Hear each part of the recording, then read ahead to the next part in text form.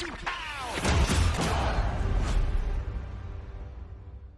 And tricks স্কুলের পক্ষ থেকে। তো আজকে দেখাবো যে কীভাবে আপনারা অতি সহজে এরকম লাইভে ওয়ালপেপার বানাতে পারেন বা ডেস্কটপ মোডে ইউজ করতে পারেন।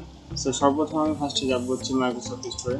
মাইক্রোসফট স্টোরে আমি এখানে লাইভ ওয়ালপেপার ক্লাসিক এটা আমি ডাউনলোড করে রেখেছি, এখানে আপনারা ডাউনলোড করে রাখতে পারেন। এটা ফ্রি সফটওয়্যার। আর আরেকটা হচ্ছে লাইভলি ওয়ালপেপার আছে, এটা ইউজ করতে পারেন, এটা একটু ভালো, তবে আমার কাছে এটা বেটার মনে হচ্ছে যেটা এটা লাইট ওয়েট। তো আমি এটা হচ্ছে ওপেন করব। ওয়ালপেপার অলরেডি রানিং দেখাচ্ছে।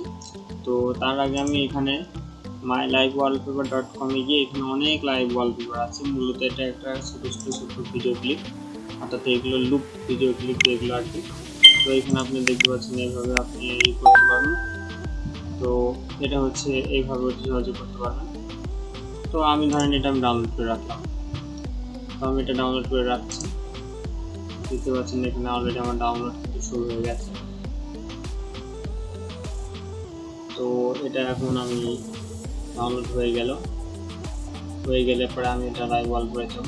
তার আগে আমি যখন এটা ওয়ালপেপারটা ওপেন করবো তখন এখানে অলরেডি আমার এখানে টাস্ক বারে কিন্তু চলে আসবে। তো আমি এখানে ডবল ক্লিক করলে এখানে প্লাস আইকন রয়েছে, ওয়ালপেপার স্টোর রয়েছে। সো ওয়ালপেপার স্টোরে গিয়ে আমি এখানে না খুঁজে আমি আগে এখান থেকে আমি খুঁজে নিচ্ছি। তো এখানে আমি যখন ফাইলটি ডাউনলোড হয়ে গেছে, অলরেডি এখানে আমার ফাইলটি প্রায় ডাউনলোড শেষ। তো এখন হচ্ছে আমি এখানে প্লাস আইকনটিতে হচ্ছে ট্যাপ করব। তো আমি এখানে গেলাম, এখানে অন করলাম, এখানে প্লাস আইকনটি ট্যাপ করলাম, এখানে আমি সিলেক্ট ফাইল বলতে বলছি। আমি এখান থেকে সেই ফাইলটি কোথায় গেল, এখান থেকে আমার একটা পছন্দের যে একটা লাইন ওয়ালপেপার রয়েছে সেটা আমি এখন দিয়ে দেব। তো এখানে ফিউচার সিটিটা এটাই আমি দিচ্ছি। তো এখানে সুন্দরভাবে রয়েছে। তো এনেবল এক্সট্রা প্রিভিউ দিলাম এবং সেভ করে দিলাম, ব্যাস ওকে হয়ে গেল।